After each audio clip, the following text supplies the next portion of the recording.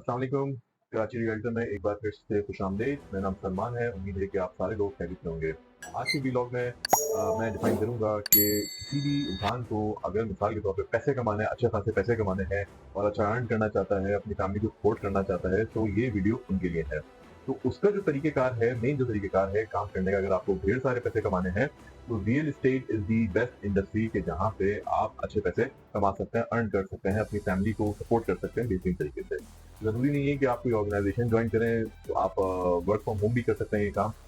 तो ये जो वीलॉग है जो आज मैं प्रेज़ेंट कर रहा हूँ आप लोगों को, तो काफ़ी सारी इन्फॉर्मेशन आप सारे लोगों को मिलेगी इस वीलॉग के थ्रू, ठीक है? तो इस वीलॉग का जो मेन टाइटल है वो ये है कि how to be a successful in real estate. जिसको अपने करियर में तो नहीं पता कि मुझे क्या काम करना है, कैसे करना है, ग्रोथ कहाँ करनी है, तो ये इंडस्ट्री ऐसी है कि जहाँ पे आप अच्छा खासा पैसा कमा सकते हैं। आई मीन अनलिमिटेड पैसा कमा सकते हैं। जरूरी नहीं है कि आप मतलब जो बहुत से लोगों का माइंडसेट होता है कि जनाब मुझे 9 to 5 नौकरी करनी है और उसके बाद जो है मुझे 25,000 30,000 रुपये सैलरी मिले, ऐसा नहीं है। आप लाख रुपए भी अच्छा खासी कमा सकते हैं इस इंडस्ट्री से। आप 2 लाख प्लस भी कमा सकते हैं, आप 5 लाख प्लस भी कमा सकते हैं, आप 10 लाख रुपए प्लस भी कमा सकते हैं इस इंडस्ट्री से।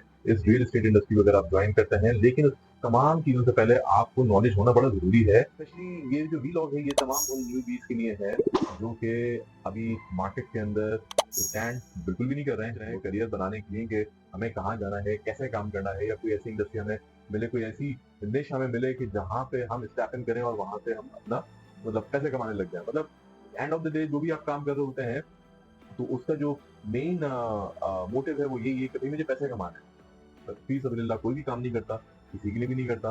तो ये भी लोग जो है इसमें इन्फॉर्मेशन जो मैं आपको दूंगा रियल एस्टेट के हवाले से बताऊंगा, रियल एस्टेट क्या होती है, रियल एस्टेट की कितनी टाइप्स हैं, आप क्यों ज्वाइन करें, आपको क्या बेनिफिट है। तो on and off every week या एवरी ट्वाइस अ वीक आपको न्यू पार्ट्स मिलते रहेंगे इस व्लॉग के और नई इन्फॉर्मेशन आपको मिलती रहेगी।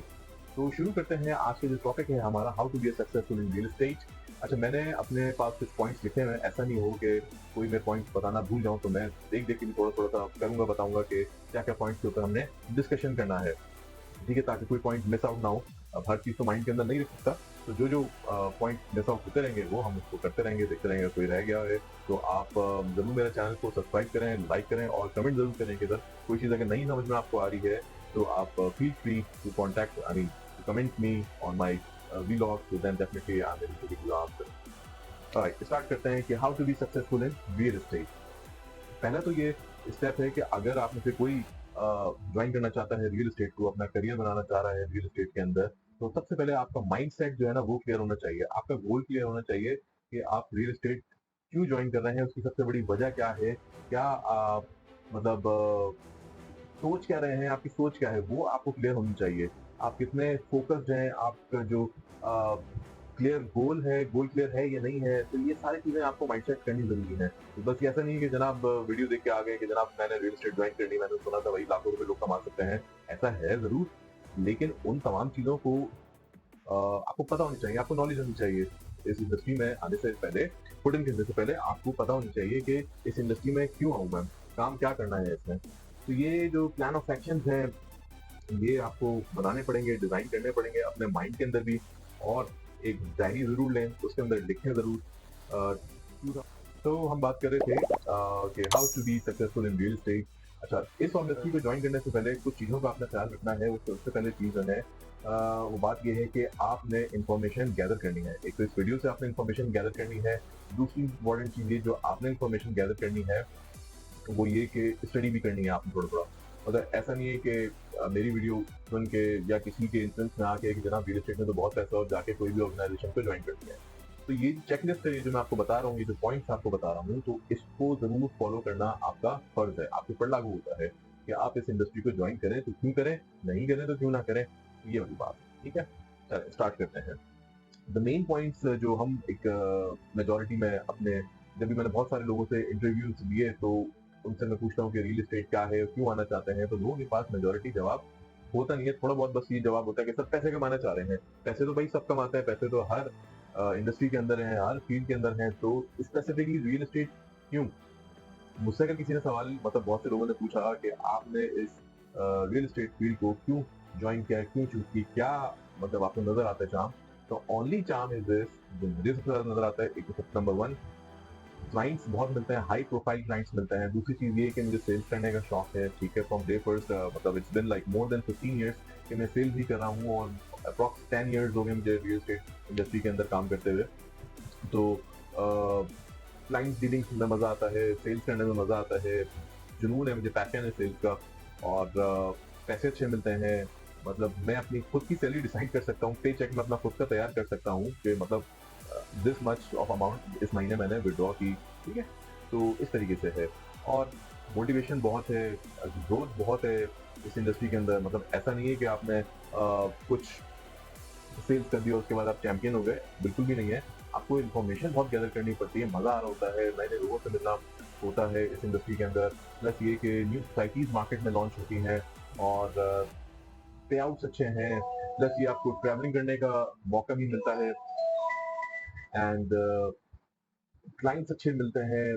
प्लस ये कि once you mature any deal, आपके गोल्स, आपके ड्रीम्स जो आप सोचते हैं कि जनाब मुझे ट्रैवलिंग करनी है, या मुझे जो है क्या कहते हैं, गाड़ी खरीदनी है अच्छी, या घर खरीदना है, तो जितने भी आपके ड्रीम्स हैं, ये सारे के सारे पूरे हो सकते हैं इस इंडस्ट्री से, जो रियल एस्टेट है, ठीक है। तो ये मेरा एक मोटिवेशन कह लें आपको, या आप उसको कह लें कि मैं क्यों ज्वाइन किया, मैंने रियल एस्टेट क्यों आया मैं रियल एस्टेट के अंदर। तो दीज आर द रीजन। अच्छा, अब हम बात कर लेते हैं उन तमाम लोगों की जो रियल एस्टेट के अंदर आना चाह रहे हैं, उनको क्या क्या फॉलो करनी है बातें, और किस तरीके से वो आगे इस करियर को लेके चल सकते हैं, ग्रोथ क्या है इसमें, कोड ऑफ एथिक्स क्या है जिसके मेन फॉलो करने हैं। बहुत से मेजोरिटी 99% लोग हमारे यहाँ पाकिस्तान के अंदर इस इंडस्ट्री में नहीं फॉलो करते कोड ऑफ एथिक्स, ठीक है। तो this is vlog is for real estate agent, for the newbies specially, and for the old one as well, जो कि ऑलरेडी काम कर रहे हैं मार्केट के अंदर। तो they should know about this stuff. First of all, एक नॉर्मल सी बात है, मतलब बंदा पूछता है कि भाई आप रियल एस्टेट के बारे में क्या जानते हैं, व्हाट इज रियल एस्टेट। ठीक है, रियल एस्टेट की सिंपल सी छोटी सी डेफिनेशन है, द लैंड और एक एनी परमानेंट स्ट्रक्चर, ठीक है, like home, apartment, house, office, anything जो कि रिलेटेड टू द फिजिकल, आपको पेरेंट्स उसकी नजर आ रही है, बिल्डिंग आपको नजर आ रही है, घर नजर आ रहा है, कॉल्ड रियल एस्टेट। और तो हम बात कर रहे थे कि रियल एस्टेट के हवाले से, और रियल एस्टेट में कौन कौन से पॉइंट्स हैं जो कि हमें फोकस करने चाहिए, और हर रियल एस्टेट एजेंट को पता होनी चाहिए ये सारी बातें, कि रियल एस्टेट में कदम रखने से पहले कि रियल एस्टेट है क्या चीज़। आइए तो सबसे पहले हम इसको डिस्कशन करते हैं कि रियल एस्टेट बोलते किसे हैं, कहते किसे हैं, क्या उसकी ब्रांचेज हैं, क्या उसके टाइप्स हैं, क्या क्या norms and pros and cons हैं इसके अंदर, उसको हम डिस्कशन करते हैं। सबसे पहले जो पॉइंट है रियल एस्टेट के हवाले से, कि रियल एस्टेट इसको बोलते हैं द लैंड और any permanent structure is called real estate, ठीक है। आपका घर आप रियल एस्टेट इंडस्ट्री के अंदर आता है, अपार्टमेंट हो, ऑफिस हो, कोई भी ऐसी चीज़ हो जहाँ पे परमानेंट स्ट्रक्चर बना हुआ हो, तो उसको रियल एस्टेट की कैटेगरी में वो शामिल होता है। फिर हम बात कर लेते हैं कि what are the types of real estate या प्रोडक्ट्स इन रियल एस्टेट, वो क्या होते हैं। अच्छा, जो प्रोडक्ट्स हैं हम इसके ऊपर जब डिस्कशन करते हैं, दो चीज़ें मोस्ट कॉमनली आती हैं रियल एस्टेट के अंदर, जो बहुत से लोगों को वो स्टिल नहीं पता, काम तो कर रहे हैं। एक तो सबसे पहली चीज़ है जो प्रोडक्ट है, या उसको टाइप्स कह लें, वो कहलाती है प्राइमरी सेल्स, प्राइमरी मार्केट के भी कहते हैं उसको, सेकेंडरी मार्केट कहते हैं, ठीक है। ये दो अलग अलग है, प्राइमरी एंड सेकेंडरी।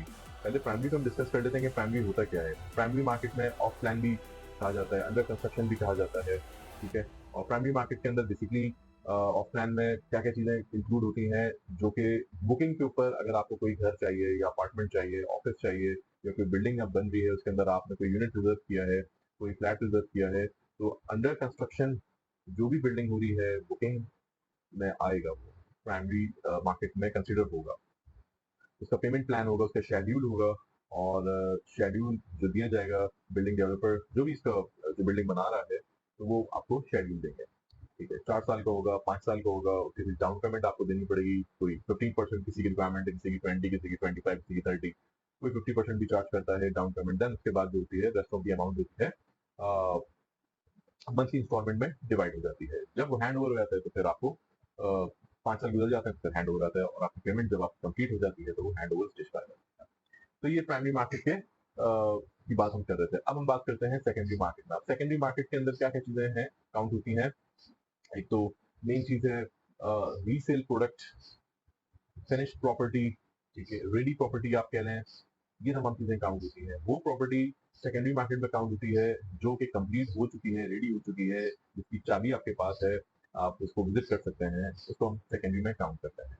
अब इसके अंदर भी कुछ ऐसी बातें हैं सेकेंडरी मार्केट के अंदर, जैसे मैंने बताया कि रेडी प्रॉपर्टी, रीसेल, रेंटल में भी इसको हम काउंट करते हैं, और ये तमाम जो बातें मैं आपको कह रहा हूँ सेकेंडरी के अंदर आती है, सेकेंडरी मार्केट में। तो अब ये इसका जो डिफरेंस था वो मैंने आपको बता दिया है कि प्राइमरी मार्केट क्या होती है एंड सेकेंडरी मार्केट क्या होती है। इनके डिफरेंशिएट भी हम करेंगे, अभी करते हैं। और दूसरी इंपॉर्टेंट चीज ये कि इसके मेन जो पॉइंट है, इसको मेन चीज ये कि हम इसको अभी डिस्कशन करेंगे कि प्राइमरी मार्केट ज्यादा बेहतर है या सेकेंडरी मार्केट ज्यादा बेहतर है।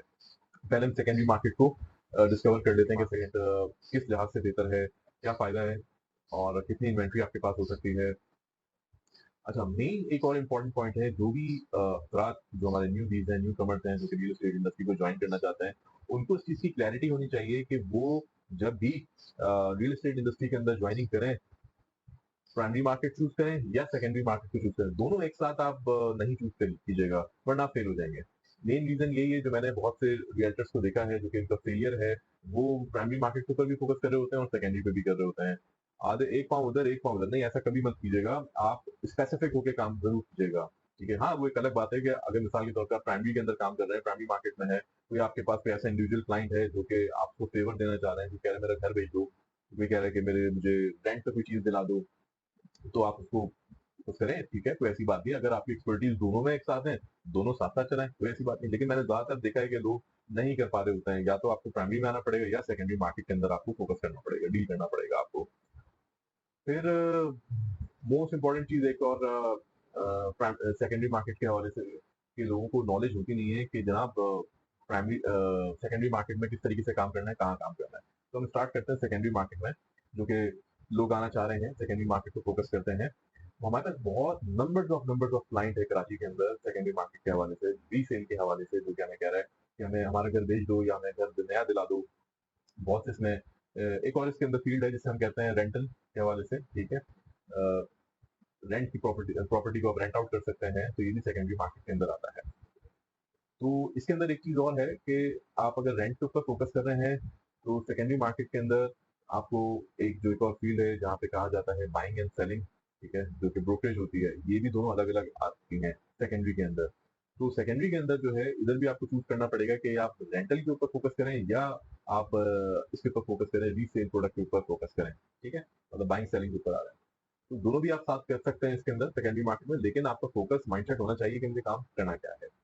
अक्सर होता ये है कि मैंने जो देखा है, अगर आप रेंटल्स के ऊपर काम कर रहे हैं, तो आप क्लाइंट को नंबर्स ऑफ प्रॉपर्टीज आप इनको विजिट कराते हैं कि सर यहाँ पे ये प्रॉपर्टी है, वहाँ पे ये प्रॉपर्टी है, लेकिन आप जितना ज्यादा ऑप्शन क्लाइंट को देते रहेंगे ना, तो वो कंफ्यूज हो जाएगा और वो फिर आपको घुमाता रहेगा, आप भी घूमते रहेंगे कि मुझे यहाँ जाना है या वहाँ जाना है। तो बेसिक जो है मेरे हिसाब से कि आप अगर रेंटल को फोकस कर रहे हैं, दो तीन प्रॉपर्टी से ज्यादा ना दिखाएं, ठीक है, क्योंकि आप नंबर ऑफ ऑप्शन देंगे तो फिर वो भी कंफ्यूज होगा। और अगर आप रीसेल की तरफ आ रहे हैं, ब्रोकरेज की तरफ आ रहे हैं, तो वहां पे भी यही है कि आप दो तीन प्रॉपर्टी से ज्यादा ना दिखाएं, चाहे अपार्टमेंट हो या घर हो। तो उससे फिर ये क्यों होता है कि क्लाइंट भी कंफ्यूज हो जाता है, और उसके पास भी फिर सोचने में बहुत टाइम आ जाता है कि जनाब मुझे अब मजीद, और मुझे ये इसने 6 8 10 तो दिखा दी, मजीद और 10 15 और दिखा, उनकी फिर फरमाइशी प्रोग्राम स्टार्ट हो जाता है। तो ये बिल्कुल भी ना करिएगा, भी स्पेसिफिक बोले सर हमने आपको 2 4 घर दिखा दिए हैं, ठीक है, 3 4 प्रॉपर्टीज दिखा दी है, दैट्स फाइन, इसमें से आप चूज कर लें। अच्छा, फिर बात ये आ जाती है कि सेकेंडरी मार्केट के अंदर फायदा क्या है। आपके पास नंबर ऑफ क्लाइंट्स हैं, नंबर ऑफ इन्वेंट्रीज है, I mean anything you can sell. आप कमर्शियल की तरफ भी आ सकते हैं, आप रेजिडेंशियल की तरफ भी आ सकते हैं, आप रेंटल्स की तरफ भी आ सकते हैं, रेंटल्स में भी कमर्शियल या रेजिडेंशियल पे आ सकते हैं, या फिर आप इंडस्ट्री को भी फोकस कर सकते हैं, वेयर हाउस को भी फोकस कर सकते हैं।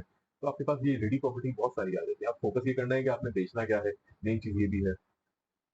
तो अगर आप रेजिडेंशियल की तरफ आ रहे हैं, तो आपको बी स्पेसिफिक ऑन रेजिडेंशियल। अगर आप कमर्शियल की तरफ आ रहे हैं, तो भाई, तो हम बात कर रहे थे अभी कि हमको आपको अगर रेजिडेंशियल की तरफ आना है, तो या कमर्शियल की तरफ आपको जाना है, दोनों में से आपको एक डिसाइड जरूर आपको करना पड़ेगा हर हाल के अंदर, अदरवाइज आप कंफ्यूज उधर भी हो जाएंगे, क्योंकि कमर्शियल की जो फील्ड है वो एक बहुत वास्ट है। कमर्शियल में ऑफिस हैं, आपके पास वेयर हाउसेज हैं, फैक्ट्रीज हैं, फार्म हाउसेज हैं, आपके पास शॉप्स हैं, और शोरूम्स हैं, गोदाम है, पता नहीं क्या क्या कुछ है। तो आपको उसमें भी फिर आपको स्पेसिफिक होना पड़ेगा, आपको स्पेशलाइज होना पड़ेगा। अगर आप रेजिडेंशियल की तरफ आ रहे हैं तो उधर भी कैटेगरीज आ जाती हैं, रेजिडेंशियल अपार्टमेंट्स हैं, रेजिडेंशियल हाउसेज हैं, 125 गज के घर हैं, 250 गज के हैं, 500, 1000, तो ऑन, जितना बड़ा मतलब टिकट साइज है उस हिसाब से फिर साइज भी बढ़ता रहता है प्रॉपर्टी का। तो अपार्टमेंट्स में भी उसमें है, फिर पेंट हाउसेस में भी है, इस तरीके से है। तो आपको बी फोकस होना चाहिए। अब जहां तक बात रही कि अभी तक मैंने आपको बताया नहीं इस बारे में कि आप पैसे कितने कमा सकते हैं सेकेंडरी के अंदर, सेकेंडरी मार्केट में 1% या 2% ऑफ दी डील प्राइस। अब 1 करोड़ रुपए है तो उसका 1% काउंट कर लें, 2 करोड़ रुपए का अगर मिसाल के तौर पे गया है तो उसका 1% या 2% काउंट कर लें, तो ये वैल्यू आपको कमीशन मिलेगा। ठीक है। अच्छा, नॉर्मली मार्केट के अंदर ट्रेंड ये है कि अगर आपकी डील हो जाती है 1 करोड़ के अंदर अंदर तो 2% लोग चार्ज करते हैं फ्रॉम द बायर साइड। और अगर आपकी 1 करोड़ से अबव की डील है या 1.5 करोड़ से अबव की डील है तो लोग 1% चार्ज करते हैं। अब इसमें होता क्या है कि मेजोरिटी जो लैंडलॉर्ड्स हैं, जो सेलर हैं, तो वो क्या करते हैं, वो आपको कमीशन नहीं देते हैं। वो बोलते हैं यार बायर से लो, हमें नहीं दे, हमें नहीं पता। सर ऐसा बिल्कुल भी मत करिएगा। मैं इंडिविजुअली आपको एक बात ये बता रहा हूँ, मैंने जितनी भी प्रॉपर्टीज बेची हैं मार्केट के अंदर, आइदर इट्स पाकिस्तान और आउट ऑफ पाकिस्तान, जो बायर है एंड जो सेलर है, जिसको हम लैंडलॉर्ड भी कहते हैं, तो लैंडलॉर्ड को भी मैंने चार्ज जरूर किया है। ठीक है, they gave me the amount of commission जो भी मेरा बनता था, और मैं उनसे पहले ही कमिटमेंट कर लिया करता था कि सर अगर मैं आपकी प्रॉपर्टी बिकवाऊंगा तो क्या आप मुझे इतना परसेंटेज कमीशन। तो मैं उनसे पहले ही बात कर लिया करता था कि सर अगर मैंने आपकी प्रॉपर्टी बिकवाई या बेची या रेंट आउट किया तो आप मुझे इतना परसेंटेज कमीशन देंगे उस पर। If they agree, if they say yes, तो मैं उनकी प्रॉपर्टी के ऊपर काम करता था, अदरवाइज मैं नहीं करता था उनसे। मेरा कोई उनसे डीलिंग नहीं होती थी, मैं मना कर देता था। और इसमें भी बहुत से लोग बोलते थे अच्छा यार चलो बेचो, देखेंगे, सोचेंगे। नहीं नहीं, वो वाला काम बिल्कुल भी नहीं करना। आपको कमिटमेंट आपको लेने हैं। किससे लेने हैं? जो लैंडलॉर्ड है, ठीक है, उनकी प्रॉपर्टी आप रेंट आउट कर रहे हैं या उनकी प्रॉपर्टी को आप बेच रहे हैं। और कमिटमेंट भी कैसे हैं? डेफिनेटली आप एग्रीमेंट तो नहीं करेंगे उनके साथ, लीगल टर्म्स भी ऊपर नहीं नोटिस कर सकते, लिखावट में भी नहीं लेके आ सकते। ठीक है, आप ज्यादा से ज्यादा ये कर सकते हैं उनसे कमिटमेंट, सर मुझे एक व्हाट्सएप के ऊपर या एक एसएमएस के ऊपर आप एक नोट आप एक भेज दीजिए, जिसमें मेंशन कर दें कि हाँ भाई अगर ये प्रॉपर्टी बिक जाती है, या वॉइस पे भेज दें व्हाट्सएप, अब तो बहुत ईजी हो गया हर चीज।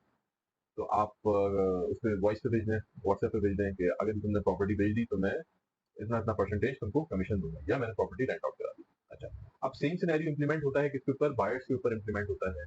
बायर जो है वो भी थोड़ा सा ट्रिकी होते हैं, टची होते हैं कि मेजोरिटी तो मार्केट के अंदर ट्रेंड यही है कि आपको बायर से ही लेना पड़ता है। तो बायर को भी आपको बताना पड़ता है पहले से, बिल्कुल बताएं जरूर। बताएं इनको कि मैं 1% चार्ज करता हूँ या मैं 2% चार्ज करता हूँ। ठीक है। या रेंटल के ऊपर जो भी बात हो रही है, तो पाकिस्तान के अंदर है कि रेजिडेंशियल के ऊपर एक रेंट चार्ज होता है। जैसे अगर 30,000 रुपए का आपने कोई अपार्टमेंट रेंट आउट किया या फिर आपने घर को रेंट आउट किया, तो 30,000 रुपए में तो आपको एक रेंट उसका मिलता है। अच्छा, उसमें भी बायर ये बात जरूर बोलते हैं, टेनेंट्स ये बात जरूर कहते हैं कि आप लैंडलॉर्ड से लें। अब आपने उनको सिर्फ ये वाली बात बोली है कि सर आपका तो लेना देना ही नहीं है उससे कि मैं टेनेंट मैं लैंडलॉर्ड से लूंगा या नहीं लूंगा। आप अपनी बात करें जो आपके आपके ऊपर फीस लागू होती है, और सेम इम्प्लीमेंटेशन होगी लैंडलॉर्ड के ऊपर। लैंडलॉर्ड भी ये वाली बात आपको बोलेगा कि यार तुम टेनेंट से पैसे दो, कमीशन वहां से लो, मैं नहीं दूंगा। आप मत काम करें उनकी प्रॉपर्टीज के ऊपर, आप बिल्कुल भी काम ना करें। ठीक है। Tenant landlord they also are liable to pay you the commission अगर आपने उनकी प्रॉपर्टी रेंट आउट की या बेची, तो ये है। अच्छा, फिर दूसरी इंपॉर्टेंट चीज के, अगर आप जब डील क्लोजिंग की तरफ जाते हैं कि जैसे मिसाल के तौर पर आपने कोई घर बिकवा दिया, तो ज्यादातर जो मैंने यहाँ पे जो केसेस देखे हैं, जो सिनेरियोज देखे हैं मार्केट के अंदर, जो लोग प्रॉब्लम्स में आ जाते हैं, ब्रोकर्स प्रॉब्लम में आ जाते हैं कि जनाब 3-3 4-4 महीने हो गए, डील 4 महीने पहले हुई थी, अभी तक पैसे नहीं आए, पूरे 4 महीने से लटके हुए हैं, क्या कमाया? कुछ भी नहीं कमाया। ठीक है, फिर आखिर में जाके क्या हुआ? बैकआउट हो गई। बैकआउट के रीजन क्या हुए? सबसे मेन रीजन ये हुआ कि प्रॉपर्टी के ऊपर कोई लीगल नोटिस लगा हुआ था, वो चेक नहीं किया। ट्रांसफर नहीं हो सकती property due to some reason. ठीक है, ये भी है। फिर ये भी मसला आ जाता है कि ट्रांसफर फीस देगा कौन? बायर देगा या सेलर देगा? ठीक है, इसके ऊपर भी हम डिस्कशन करते हैं। और इस तरीके के मसले मसाइल आते रहते हैं। फिर उसमें ये भी होता है कि at the time of transfer जितने लोगों के नाम पे प्रॉपर्टी है, उन तमाम लोगों को मौजूद होना है उस तरफ, वहां पे उस जगह के ऊपर। तो ये भी होता है उसके अंदर। मिसाल के तौर पे 5 ओनर्स हैं, तो पांचों को पांच को वहां पे at the time of transfer होना पड़ेगा। अदरवाइज उससे जो भी कोई लीगल टर्म होता है या किसी एक को नॉमिनी बना देते हैं वो, मतलब बहुत सारे डॉक्यूमेंटेशन है, करना चाहे हो जाता है, लेकिन हमारे यहाँ पाकिस्तान में ये चीज़ कॉमन नहीं है। तो उसमें फिर ये होता है कि तमाम जितने भी लोग हैं, ओनर्स हैं, उनको आना पड़ता है। तो प्रॉब्लम्स हैं, ऐसा नहीं है कि सेकेंडरी मार्केट के अंदर डील करना आसान काम है। तो ये वाली बात है। अब इसके अंदर एक चीज़, एक कैच एक और भी है, वो ये कि आप जब भी कोई ट्रांज़ैक्शन की तरफ जा रहे हैं, आपका जो सेलर है, आपका जो लैंडलॉर्ड है, होम ओनर है, अब एक सबसे बड़ा कैच ये है कि आपको you should know about it कि जब भी आप ट्रांज़ैक्शन की तरफ जा रहे हैं, जो लैंडलॉर्ड है, उससे आप बात करें, उसको बोलें, "सर, मुझे डॉक्यूमेंट दिखाएँ तो ज़रूर आप पहले।" या आप उनसे सवाल करें कि, "सर, आपकी कोई प्रॉपर्टी पे कोई डिस्प्यूट तो नहीं है किसी किस्म का?" क्योंकि उसकी वजह ये है कि आपकी मेहनत ज़ाया हो जाएगी। ये पूछने का राइट आपका फर्ज़ है, आपका हक है कि आप ओनर से पूछें कि सर इसके ऊपर कोई लीगल इश्यू तो नहीं है, कोई डिस्प्यूट तो नहीं है, ठीक है? टैक्सेस पेड हैं, इसके जो भी बिल्स वगैरह होते हैं वो पेड हैं या नहीं है? क्योंकि जितनी ही आप इन डीप क्लाइंट से अपनी बातचीत करना पसंद करेंगे, करते रहेंगे और उसको कॉन्फिडेंस में लेंगे, आइदर इट्स अ बायर और इट्स अ सेलर। वो सेलर भी तो आपका क्लाइंट ही है ना एक तरीके से। तो जितना आप उससे क्वेश्चन करेंगे, उतना वो और आप एक-दूसरे से इंटरेस्ट होते रहेंगे और उसके बाद जो है एक कहा जाता है, एक प्रॉपर एक माहौल बन जाता है कि हाँ, दोस्ती यारी का माहौल बन जाता है कि सर, ठीक है सर, आपने जो कह दिया वो मैं कर लूँगा। तो इस तरीके से कम्फर्ट ज़ोन में आपको दोनों को लेके आना है, बायर को भी लेके आना है और सेलर को भी लेके आना है। तो सेलर से भी पूछना बड़ा ज़रूरी है। अक्सर लोग बहुत हिचकिचाते हैं सवालात करते हुए कि यार ऐसा नहीं हो कि जो हमारा क्लाइंट है वो पीछे हो जाए, बैक ऑफ हो जाए और नाराज़ हो जाए। नहीं, आप उनसे पूछें ज़रूर, सवालात सारे पूछें उनसे कि सर कौन-कौन से, आप उनसे पूछें ज़रूर कि सर कौन-सी फाइल है आपकी? प्लीज़ फाइल दिखाएँ। लीज़्ड है या नहीं है? ये तमाम डॉक्यूमेंटेशन आपको चेक करना है। अच्छा, अब इसमें एक और सेकेंडरी मार्केट में एक और बड़ा अच्छा सा काम है, वो है डॉक्यूमेंटेशन का, जिसमें आपका सेल्स से कोई लेना-देना नहीं होता।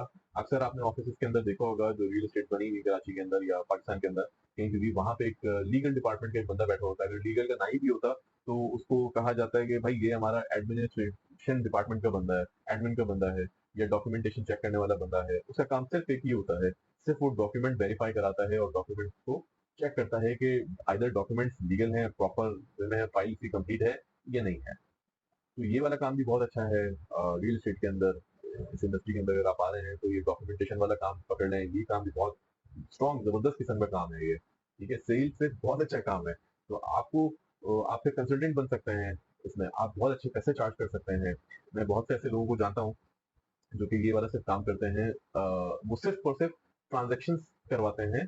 वो उसमें बिल्कुल भी नहीं पड़ते झमेले में कि सेल हुई, नहीं हुई, क्या हुआ, क्या नहीं हुआ। तो उनको हायर सिर्फ इसीलिए किया जाता है कि आप बायर और सेलर की जो डील है उसको मैच्योर करवाओ, ठीक है? या तो बायर हायर करता है या सेलर उसको हायर करता है कि भाई ये रहा मेरा डॉक्यूमेंटेशन और ये रहा बायर और मैं चाह रहा हूँ कि ये प्रॉपर तरीके से, लीगल तरीके से, बगैर किसी झंझट और टेंशन के ये डील मेरी मैच्योर हो जाए, ठीक है? अक्सर बहुत से जो घर परचेज़ करने वाले होते हैं, परचेज़र जो होते हैं, वो हायर करते हैं।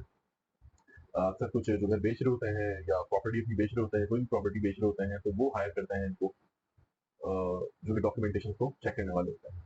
तो ये मैं आपको बताना चाह रहा हूँ कि इसमें आप इस डिपार्टमेंट को भी, इस फील्ड को भी चूज़ कर सकते हैं, जो कि डॉक्यूमेंटेशन के सवाल से होता है। तो come back to the point, secondary market में आप अच्छे खासे पैसे कमा सकते हैं, लेकिन एक सबसे बड़ा प्रॉब्लम ये है कि आपको तमाम चीज़ों के बारे में नॉलेज होनी चाहिए।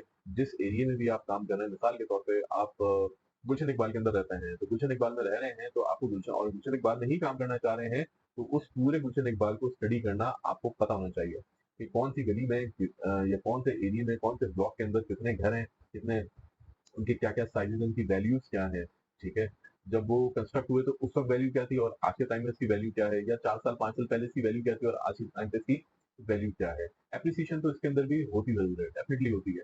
ऐसा नहीं है कि नहीं होती, लेकिन ये है कि एक लिमिटेड टिक टाइम है कि जहाँ तक आपको एप्रिसिएशन होती है, उसके बाद जाके स्टॉप हो जाती है। अच्छा, प्राइमरी मार्केट में इट्स टोटली डिफरेंट, वो भी हम आपके ऊपर डिस्कशन करते हैं। अब इसमें ये है कि अगर आप मिसाल के तौर पे कोई 5 से 6 5 डील्स कर लेते हैं सेकेंडरी मार्केट में, अगर अपार्टमेंट है, 1000 स्क्वायर फीट का अपार्टमेंट है, 1-1 करोड़ का अपार्टमेंट है, तो कम से कम आप 5-6 लाख रुपए ईज़िली कमा सकते हैं। अब उसके अंदर भी डिपेंड करता है कि डायरेक्ट बायर आपके पास था या सेलर आपके पास था या एजेंट इसमें कोई इन्वॉल्व है, तो डेफिनिटली आपको एजेंट के साथ भी कमीशन शेयर करना पड़ेगा, कंपनी के साथ भी शेयर करना पड़ता है कमीशन। तो ये सारे मैटर्स हैं। तो the point of the matter is कि आप किसी जो भी फील्ड को आप चूज़ कर रहे हैं रियल एस्टेट के अंदर, सेकेंडरी मार्केट हो या प्राइमरी मार्केट हो, इसकी भी मैंने आपको फील्ड बता दी, तो यू शुड नो उसके एक-एक चीज़ इंच बाय इंच आपको पता होना चाहिए। पता कैसे होगा? जब आप स्टेप इन करेंगे उस काम के अंदर, जब आप बातचीत करना शुरू करेंगे, 1 आध 2 महीने बाद पहले देखें, सर्च करेंगे भाई हो क्या रहा है, काम चल कैसे रहा है। बहुत से लॉयर्स हैं जो कि ये वाला काम कर रहे हैं, प्रॉपर्टी ट्रांसफर करने वाला का काम कर रहे हैं, ठीक है? तो you should know about it, किसी से इन्फॉर्मेशन लें, मज़ीद सर्च करें कि भाई मैं इस काम के अंदर जाऊँ या ना जाऊँ। और हॉनेस्टली स्पीकिंग मैं जिनको जानता हूँ वो एक-एक प्रॉपर्टी को ट्रांसफर कराने में कोई लाख रुपए चार्ज कर रहे हैं, कोई 50,000 रुपए चार्ज कर रहे हैं, डिपेंड टिकट साइज़ के ऊपर डिपेंड करता है प्रॉपर्टी की साइज़ क्या है, उसकी वैल्यू कितनी है। सो अभी हमने बात की थी सेकेंडरी मार्केट के हवाले से, अब हम बात करते हैं प्राइमरी मार्केट। प्राइमरी मार्केट बोलते किसे हैं वो तो मैं आपको बता चुका हूँ, और इसका फ़ायदा क्या है वो अभी हम डिस्कशन करते हैं। अच्छा, प्राइमरी मार्केट के बारे में जैसे कि मैंने बताया आपको कि प्राइमरी मार्केट बोलते किसे हैं, अंडर कंस्ट्रक्शन प्रॉपर्टी को कहते हैं, वो उस इस फील्ड में आ जाता है। अगर कोई आपको प्रॉपर्टी अंडर कंस्ट्रक्शन है, बुकिंग के ऊपर है, पेमेंट प्लान पे है, तो ये प्राइमरी मार्केट के अंदर आ जाती है। अगर आप अंडर कंस्ट्रक्शन प्रॉपर्टी में इन्वेस्टमेंट करते हैं, अगर आप अंडर कंस्ट्रक्शन प्रॉपर्टी में इन्वेस्टमेंट करते हैं 4 से 5 साल की, तो आपको बेनिफिट आपको क्या होगा? आपको हर्डल्स कहाँ फेस आएँगे और कहाँ फेस नहीं आएँगे, इसके ऊपर भी हम डिस्कशन कर लेते हैं। नंबर 1 चीज़ ये, अगर आप रियल एस्टेट एजेंट हैं और किसी भी बिल्डर के पास या तो काम कर रहे हैं आप, बिल्डिंग डेवलपर के पास काम कर रहे हैं, और आपको पता होना चाहिए कि ये बिल्डर का लेवल क्या है, ये किस कैटेगरी में आते हैं, इनके बारे में, इनको ज्वाइन करने से पहले आपको पता होना चाहिए, इस ऑर्गेनाइजेशन को ज्वाइन करने से पहले, कि ये कितनी स्ट्रॉन्ग ऑर्गेनाइजेशन है। हमारे यहाँ होता क्या है कि लोग आ तो जाते हैं इंडस्ट्री में, लेकिन उनको बाद में 6-8 महीने बाद, 1 साल बाद पता चलता है कि कंपनी जो है, ऑर्गेनाइजेशन जो है, या तो स्कैम करके भाग गई है, या भागने वाली है, या उनका कुछ और माइंडसेट है, ठीक है? तो ये आपको पता होना चाहिए, और ये पता कैसे चलेगा? जब तक आप मार्केट के अंदर आएँगे नहीं। तो न्यूबीज़ जितने भी हैं, न्यूकमर्स जितने भी हैं, जो इस फील्ड को जॉइन करना चाहते हैं, इस इंडस्ट्री को जॉइन करना चाहते हैं, स्पेशली प्राइमरी मार्केट के अंदर या बिल्डर्स ऑफिस के अंदर जॉइन करना चाहते हैं, तो आपको उनके बारे में ड्यू डिलिजेंस करना बड़ा ज़रूरी है कि कितने प्रोजेक्ट्स उन्होंने डिलीवर किए, उनके ओनर्स कौन हैं, कितने टाइम से काम कर रहे हैं, और जो लैंड है, वो लीगल है, उसके डॉक्यूमेंटेशन पूरे हैं या नहीं, उनकी तमाम एनओसीज़ कंप्लीट है या नहीं, उसके बाद जाके जॉइन करें। मतलब ऐसा नहीं कि वो आपको, उन्होंने कहा जनाब मैं आपको 30,000 रुपए सैलरी दूँगा, कमीशन दूँगा, आपको सिर्फ पैसे नज़र आए, या उन्होंने बोला आपको जनाब मैं मैनेजर रख रहा हूँ, लाख रुपए आपको पैसे दे रहा हूँ मैं, और आपको जाके एनओसी जमा बस तमाम है। नहीं, ऐसा नहीं करें भाई।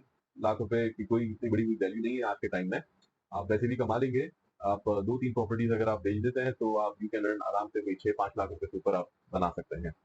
रेफरेंस के ऊपर मैं आपको बात कर रहा हूँ, ज़रूरी नहीं आप प्राइमरी मार्केट के अंदर जो है आप किसी डेवलपर को जॉइन करें। तो अभी हम इसके ऊपर बात करते हैं। लेकिन बताने का मकसद ये है कि आप उसके बारे में, उस बिल्डिंग डेवलपर के बारे में, बिल्डर के बारे में पता होना चाहिए कि उसके पास लाइसेंस है या नहीं है, रजिस्टर्ड है या नहीं है, ये तमाम चीज़ें। और कैसे पता लगेंगी? ये आप पता करवा ही लेंगे आप किसी न किसी तरीके से। बड़े हर बंदे के जान-पहचान वाले हैं। उस बिल्डर के बारे में अगर मालूम करना हो तो करीबी कोई भी एस्टेट एजेंसी है, उनसे बातचीत करें कि जनाब कैसे लोग हैं, क्या है, ज्वाइन करने से पहले, तो आपको बता देंगे। अच्छा, फिर प्राइमरी मार्केट के अंदर सबसे बड़ा जो फ़ायदा है, आपके पैसे यकमुश्त नहीं लगते। सेकेंडरी मार्केट में क्या होता है, पैसे आपके एक साथ आपको दे दिए जाते हैं, डेफिनिटली आपको प्रॉपर्टी भी हाथों-हाथ मिल गई। प्राइमरी मार्केट में क्या है, ऑफलाइन में जो अंडर कंस्ट्रक्शन प्रॉपर्टी है उसकी आपको 10%, 15%, 20% डाउन पेमेंट दी जाती है, और 5 साल, 4 साल, 5 साल या 6 साल जो भी बिल्डर का पेमेंट शेड्यूल होता है उसको आप कंप्लीट करें, और साथ-साथ वो आपको बताता भी रहेगा, आपको खुद बल्कि नज़र आ जाएगा, बताएगा कि आपको कि प्रॉपर्टी कितनी बन रही है और कितनी नहीं बन रही। तो ये एक मेन एडवांटेज है कि एक साथ सारे आपके पैसे नहीं लगते। तो वही पैसे मिसाल के तौर पे आपके पास करोड़ रुपए पड़े हुए हैं, 1 करोड़ रुपए हैं, तो आपने कहा कि जनाब मुझे इन्वेस्टमेंट करनी है, तो आप उसका, आपका बजट भी इतना ही था 90 लाख 80 लाख रुपए का, तो आपने 20-25 लाख रुपए एज़ अ डाउन पेमेंट दे दी, और बाकी जो उसकी रेस्ट ऑफ द पेमेंट है at the time of I mean जो ड्यूरेशन है, शेड्यूलिंग है बनी हुई है, तो उसमें आपने मंथली आप उसको देते रहेंगे। ठीक है? अब इसमें बेनिफिट क्या होता है? बेनिफिट अभी हम डिस्कस करते हैं। आपको सबसे पहले पता होना चाहिए कि ये जो बिल्डर है, जो आपको, जिसने आपसे वादा किया है, ये 4 साल बाद या 5 साल बाद, अब हम इसके बेनिफिट के बारे में बात कर लेते हैं। जो प्राइमरी मार्केट की प्रॉपर्टीज़ के बारे में, बेनिफिट के बारे में बात करते हैं कि अ, हमें इसको मतलब जज कैसे करना है, ड्यू डिलिजेंस कैसे करनी है। आप अगर खुद भी इन्वेस्टमेंट कर रहे हैं या किसी से करवा रहे हैं, या आपका कोई क्लाइंट है, आपकी होली-सोली ज़िम्मेदारी है कि आप हर उस क्लाइंट को, हर उस बिल्डर के पास, हर उस बिल्डिंग डेवलपर के पास लेके जाएँ जहाँ से आपकी प्रॉपर तरीके से आपकी बातचीत उनसे अच्छी हुई हुई हो। They are committed to you. आपने उनके बारे में पूरी ड्यू डिलिजेंस की हुई हो, आप उनके बारे में, उनके प्रोजेक्ट्स के बारे में क्लाइंट को बताएँ। आपको खुद पता होना चाहिए कितने साल से बैठे हुए हैं, कौन उसके ओनर्स हैं और उन्होंने पहले क्या डिलीवर किया है। तो ये तमाम चीज़ें जब तक आप अपने क्लाइंट को नहीं बताएँगे तो आप इन्वेस्टमेंट भी नहीं करवा सकते। आप उनको कोई चीज़ बेच नहीं सकते। अब जैसे कराची के अंदर बहुत से बिल्डर्स हैं ऐसे, कराची में क्या पाकिस्तान में हैं, जिनका नाम ही काफ़ी है, ठीक है? मैं उनका नाम नहीं लूँगा अभी यहाँ पे, लेकिन वो जो बड़े-बड़े हैं जैसे साइमा बिल्डर्स हैं या फिर फूल वाले हैं और भी इसके अलावा हैं, तो लोग बोलते हैं यार बताने की ज़रूरत नहीं है ये सारी चीज़ें, सिर्फ़ और सिर्फ़ ये बताओ कि इनका पेमेंट शेड्यूल क्या है और पैसे कब देना है और लोकेशन क्या है। तो ऑटोमैटिकली ऑटो पे उनके प्रोजेक्ट सेल हो जाते हैं और ऐसे सेल हो जाते हैं कि जनाब 1 हफ्ते में, 4 दिन में, 5 दिन में, हफ्ते के अंदर, 10 दिन के अंदर जो मेजर इनकी इन्वेंटरी है वो बिक जाती है, ठीक है? तो ड्यू डिलिजेंस करना आपका फर्ज है, आपका राइट है हर चीज के बारे में कि प्रोजेक्ट उनके पहले कौन से हैं, किस किस लोकेशंस में हैं, जब लॉन्च किए थे प्री लॉन्चिंग प्राइस क्या थी इनकी और फर्स्ट उनकी जो जब उन्होंने लॉन्च किया था उस वक्त क्या प्राइस थी, देन उसके बाद रिवाइज रेट क्या हुए, ये तमाम चीजें आपको पता होनी चाहिए जब आप जाके इसको बेच सकते हैं अच्छी तरीके से। क्योंकि होता क्या है कि आज के टाइम में जो क्लाइंट्स हैं हमारे वो they are very smarter than realtors. जो रियल एस्टेट वालों से ज्यादा स्मार्ट हैं हमारे क्लाइंट्स, उनको उनको ज्यादा पता होता है बनस्बत इस चीज के रियल एस्टेट वालों को क्या बताएगा। तो ये सबसे बड़ा एक इशू है हमारी इंडस्ट्री के अंदर। जो रियल एस्टेट एजेंट्स हैं उनको इतनी इन्फॉर्मेशन बिल्डर्स के बारे में नहीं होती। वो सिर्फ ये कहते हैं कि सर बहुत अच्छा प्रोजेक्ट है, बहुत अच्छी चीज है, आप ले ले ले ले ले ले ले ले कॉल करते रहेंगे, डेस्परेट डेस्परेट बन जाएंगे। तो सेलिंग कभी भी डेस्परेशन से नहीं होती है, याद रखिएगा। सेलिंग जो है सिर्फ पेशेंस का नाम है। पेशेंस आपके पास होना चाहिए तो you can sell anything. Pin से लेके जहाज तक आप बेच सकते हैं अगर आपके पास दिमागी सुकून से काम अगर आप कर सकते हैं तो डेफिनेटली आप बेच सकते हैं। पेशेंस होना चाहिए। इसके ऊपर भी हम सेल्स के ऊपर बात करेंगे कि सेल्स करनी कैसे है आगे। तो अंडर कंस्ट्रक्शन प्रॉपर्टी में सबसे मेन एडवांटेज जो है ये है कि मिसाल के तौर पे आपका जो पेमेंट शेड्यूल है वो प्रॉपर्टी की जो वैल्यू थी उसका 50 लाख रुपए थी और आपने उसके ऊपर इन्वेस्ट किया। आपने 5 लाख रुपए दिए या 10 लाख रुपए डाउन पेमेंट दी और आप अपनी इंस्टॉलमेंट चलाते रहे। तो ओवर द टाइम हर साल, हर 6 महीने बाद, हर साल उसकी प्रॉपर्टी की वैल्यू एप्रिशिएट होती रहेगी। वो कैसे होगी? मार्केट के हिसाब से होगी। एवरीबॉडी नोज के आज सीमेंट का रेट क्या है, सरिये का रेट क्या है और बजरी का रेट क्या है, लेबर चार्जेस क्या है और भी एक्सवाइजेड जो भी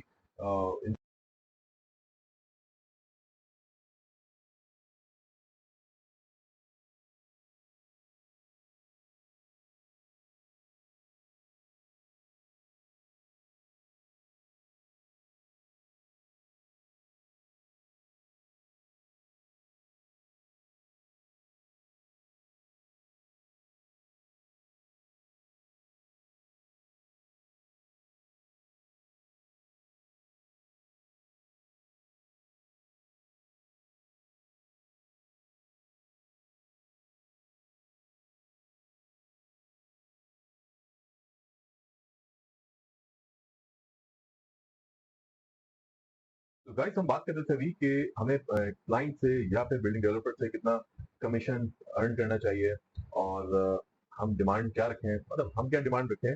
अगर आप बिल्डिंग डेवलपर के पास जाते हैं, उनसे बात करते हैं कि मेरे पास कोई क्लाइंट है और मैं उसको प्रॉपर्टी परचेज कराना चाह रहा हूँ, तो वो आपके पीछे डेफिनेटली खुद ही आएगा। उसका सेल्स स्टाफ आपके पीछे खुद ही आएगा। इस हवाले से आएगा कि आप मेरे थ्रू प्रॉपर्टी लो। उनके पास लेवरेज होता है। बिल्डर्स जो है जो भी आपको कॉस्टिंग बता रहे होते हैं, मतलब जो प्री लॉन्चिंग प्राइस है या जो भी उनका पेमेंट प्लान है, ठीक है, आइदर वो प्लॉट्स के ऊपर हो या फिर अपार्टमेंट्स हो, ऑफिस हो, शॉप हो या शोरूम हो, तो उसके ऊपर अगर पेमेंट प्लान पे है तो फिर आपको वो पर स्क्वायर फीट के हिसाब से कमीशन देने को हकदार है या परसेंटेज के हिसाब से भी हकदार है। या बाद दफा होता है कि लमसम भी आप चार्ज कर लेते हैं। मतलब किसी ने आपको कहा कि मैं आपको, अगर आपने 125 गज का प्लॉट बेच दिया तो स्कीम 45 में जिस तरीके से चल रहा है अभी आज के टाइम पे कि अगर आपने 125 गज का प्लॉट बेच दिया तो आपको 80,000 से लेकर 1.5 लाख रुपए तक भी आपको बिल्डर्स ऑफर कर रहे हैं, ठीक है। जो जेन्युइन बिल्डर्स हैं वो 50,000 से लेकर 80,000 या लाख रुपए तक आपको ऑफर कर रहे हैं। डिपेंड करता है कि भाई आपकी नेगोशिएशन कितनी है, ठीक है, फिर आप ये कितने यूनिट्स बिकवा रहे हैं, तो इस हिसाब से आपको बात करनी पड़ेगी। अच्छा, दूसरी इंपॉर्टेंट चीज ये है कि किसी भी बिल्डर के पास आप जब जाएं तो उसके हवाले से ड्यू डिलिजेंस जरूर करें। बिल्कुल करें, क्योंकि देखें आपके ऊपर क्लाइंट ट्रस्ट करके आ रहा है, आप पे भरोसा कर रहा है क्लाइंट, उस हिसाब से भरोसा कर रहा है कि यार ये मेरी जो मेरी पैसे हैं उनको सही जगह पे इन्वेस्ट करवा रहा है। तो किसी का भरोसा मत तोड़ें खाली अपने चंद पैसों के चक्कर में। आप तो पैसे कमा लेंगे लेकिन जिस बेचारे की मेहनत के पैसे हैं वो तो कई जगह पे आपने नहीं लगवाए। तो इस तरीके से नहीं करिएगा। ड्यू डिलिजेंस करें आप, अच्छी तरीके से करें, मुतमईन हो, उसके डॉक्यूमेंटेशन देखें, उसके जो भी plus and if and buts हैं उन सबको क्लैरिटी, जब तक आप समझें कि आप खुद ले रहे हैं अपने लिए प्रॉपर्टी, तो क्लाइंट को फिर आप कन्विंस बहुत इजी तरीके से कर सकेंगे। अगर आप कोई चीज खुद परचेज कर रहे हैं, अपने लिए करते हैं, तो आप बहुत सारे सिनेरियोज अपने दिमाग में क्रिएट करते हैं। तो सेम लाइक दिस कि अगर आप रियल एस्टेट एजेंट हैं, प्रॉपर काम करना चाहते हैं, तो आपको जो है अपने क्लाइंट को सेटिस्फाई करना पड़ेगा। और बिल्डर्स के बारे में या कोई भी प्रॉपर्टी आप उसको दिलवा रहे हैं क्लाइंट को, तो ड्यू डिलिजेंस किए बगैर कोई चीज नहीं इनको दिलवाएगा। ठीक है, ये बात आप गौर से याद रखिए। उसकी वजह बहुत सारी वजूहत हैं, हम जो आगे हमारे व्लॉग्स आएंगे उसके अंदर मैं डिस्कशन करूंगा आपसे, ये मैं क्यों बता रहा हूँ, बड़ी लंबी इसके ऊपर तफसील से हमने आगे बात करनी है। तो अब इसके ऊपर बात कर रहे थे सेकेंडरी मार्केट के हिसाब से। हाँ सॉरी, प्राइमरी मार्केट पे जो हम बात कर रहे थे कि कमीशन कितना चार्ज करना है, वो मैंने आपको बता दिया। पर स्क्वायर फीट वेरिया टाउन में एक अलग रेट है, पर स्क्वायर फीट के हिसाब से होता है। कोई परसेंटेज भी वहाँ पे देते हैं, कोई फिक्स भी देते हैं। शहर के अंदर भी डिफरेंट है सिनेरियोज, कोई परसेंटेज के हिसाब से भी देता है, कोई पर स्क्वायर फीट के हिसाब से देता है। अब डीसीएल के ऊपर आ जाते हैं, सेकेंडरी मार्केट के ऊपर आ जाते हैं, तो वहाँ पे सिनेरियो डिफरेंट है। वो आप जिस तरीके से चाहें अपने क्लाइंट से बात कर लें, बायर से 1% ले लें या सेलर से 1% ले लें, या बायर से 2% ले लें। अगर आपको सेलर ऑफर नहीं कर रहा है, लेकिन ले जरूर, लैंडलॉर्ड से भी ले जरूर आप, ये आपका राइट बनता है। ठीक है ना। तो ये हमारी डिस्कशन आज की है रिलेटेड टू दी कमीशन के हवाले से। और दूसरी इंपॉर्टेंट चीज ये कि मैंने एक दफा खुद जाके जो है ना विजिट किया, और ये आपको भी आपको प्रैक्टिस करनी पड़ेगी आपको इस हवाले से, कि खुद मार्केट के अंदर जाएं, खुद चेक करें कौन सा बिल्डर अच्छा है, कौन सा प्रोजेक्ट अच्छा है, कौन सी सोसाइटी अच्छी, कौन सी गेटेड कम्युनिटी अच्छी है। तो ये सारी बातें जो है, गेटेड कम्युनिटी, सोसाइटी, ये भी अभी मैं आपको नेक्स्ट जो मेरा वीलॉग आएगा तो उसमें मैं आपको बताऊंगा कौन सी दी बेस्ट है। मैं भी आपको रेफर करूंगा कि वहां पे जाएं और काम जरूर करें, वहां पे कमीशन अच्छे मिल रहे हैं। और अगर आप सेकेंडरी मार्केट के अंदर करना चाह रहे हैं, तो वहां पे आप एक एरिया या दो एरिया से ज्यादा मत चूज कीजिएगा, अदरवाइज आप परेशान हो जाएंगे, टेंशन में आ जाएंगे कि यार मैं क्या बेचूं और क्या ना बेचूं। बाल तो ऐसा भी होता है कि आपको इतनी फोन कॉल्स आने लग जाती हैं, तो बंदा खुद परेशान हो जाता है कि मैं क्या करूं। ठीक है, तो यहाँ तक रही हमारी कमीशन की बात। और आपको जो है, तो हम अभी बात कर रहे थे कमीशन के हवाले से, तो वो ऑलमोस्ट हमने कंप्लीट कर चुके हैं। तो एक चीज मैं इसमें बताना चाहूँ, बहुत से लोग मुझसे सवाल करते हैं कि सर ये जो प्लॉट्स हैं, ये भी तो पेमेंट प्लान पे मिलते हैं, तो ये प्राइमरी मार्केट में नहीं आएंगे? ये दोनों मार्केट्स में कंसिडर होते हैं, प्राइमरी में भी होते हैं, सेकेंडरी में भी होते हैं। उसकी वजह क्या है? उसकी सबसे मेन वजह ये है कि जब आपको प्लॉट आप लेने जाते हैं, किसी भी सोसाइटी में आप चले जाएं, कराची के अंदर स्कीम 45 में, एक जमाने में बैरियर टाउन जब लॉन्च हुआ था, तो वो भी पेमेंट प्लान के ऊपर था, तो वो भी बंजर था, कुछ भी नहीं था वहाँ पे। तो वहाँ पे भी कंस्ट्रक्शन हो रही थी, काम हो रहा था, तो पेमेंट प्लान पे आई थी वहाँ पे 3 साल, 4 साल, 5 साल, जो भी था, 4 साल आई गेस था जो उनका पेमेंट प्लान था। तो उस टाइम पे डाउन पेमेंट की और उस हिसाब से हैंड ओवर भी आपको मिला 4 साल में, 5 साल में। और रेस्ट ऑफ जो शहर के अंदर जो सोसाइटीज हैं, गेटेड कम्युनिटीज हैं, जो आपको प्लॉट दे रहे होते हैं, तो उधर पहले प्राइमरी मार्केट के अंदर जाते हैं वो, ठीक है। उसके बाद फिर वो रीसेल होने के लिए आ जाते हैं 6 महीने बाद, 1 साल बाद, जब उनकी प्राइस रिवाइज होती है या फर्स्ट ओनर हो जाता है, तो वो सेकेंडरी मार्केट में भी आ जाता है। तो ये छोटी छोटी चीजें हैं जो कि आपको पता होनी चाहिए। और आपको ये जरूर इसमें पता होना चाहिए कि जब प्लॉट आप परचेजिंग करने के लिए गए हैं, तो उसमें पहले ये देखें कि उसके बायर्स, पहले के ओनर्स कितने हैं, लॉन्च कब हुआ था, कितने की उसकी प्राइस थी पहले, ओपी जिसे हम कहते हैं, ओपनिंग प्राइस।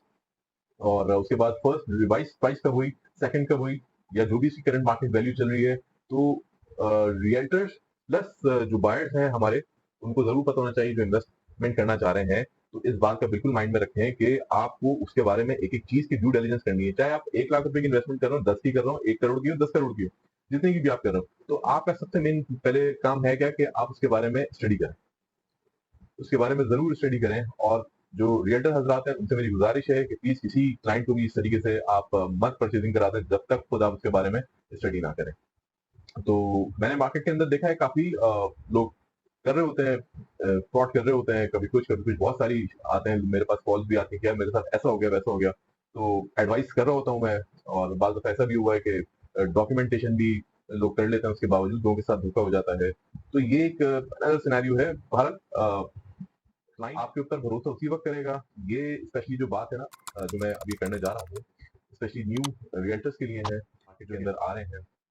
देखिए इसकी वजह क्या है ये सारी बात करने की, आप जब तक जो है डिसिप्लिन नहीं लेके आएंगे जिंदगी के अंदर, और जब तक आप ईमानदार नहीं होंगे इस काम में, स्पेशली इस काम में, वैसे तो ईमानदार होना चाहिए इस काम के अंदर, जब तक आप ईमानदार नहीं होंगे, तो आपके ऊपर लोग भरोसा नहीं करेंगे। इसके ऊपर भी हमने बहुत सारी डिस्कशन करनी, बहुत सारी बातें करनी है। तो जब जाके कंप्लीट और कामयाब आप रियल्टर बन सकते हैं, ठीक है, रियल एस्टेट ब्रोकर बन सकते हैं, एजेंट बन सकते हैं, आप जो भी अपने अपने आप को डेजिग्नेशन आप देना चाहते हैं। तो क्या ये मैं रहा था कि आपको जो है क्लाइंट को भरोसा दिलाना है हर हाल के अंदर। मतलब ऐसा नहीं कि अपने बस पैसों के चक्कर के अंदर जो है आपने उसको कोई भी यूनिट दिलवा दिया, कोई भी चीज़ दिलवा दी। प्लीज़ ऐसा बिल्कुल भी मत करें, ठीक है? ओके, अभी हम इस वीडियो को फिनिश करते हैं और नेक्स्ट टाइम जो है हम मज़ीद और इन्फॉर्मेशन मेरे पास है, तो मैं नेक्स्ट वीलॉग के अंदर बताऊँगा। तो आप सब लोगों से रिक्वेस्ट ये है कि मेरे चैनल को सब्सक्राइब करें और लाइक करें, और अगर आपको वीडियो अच्छी लगी हो तो प्लीज़ कमेंट्स करें, कमेंट्स में बताएँ, और नेक्स्ट वीडियो के लिए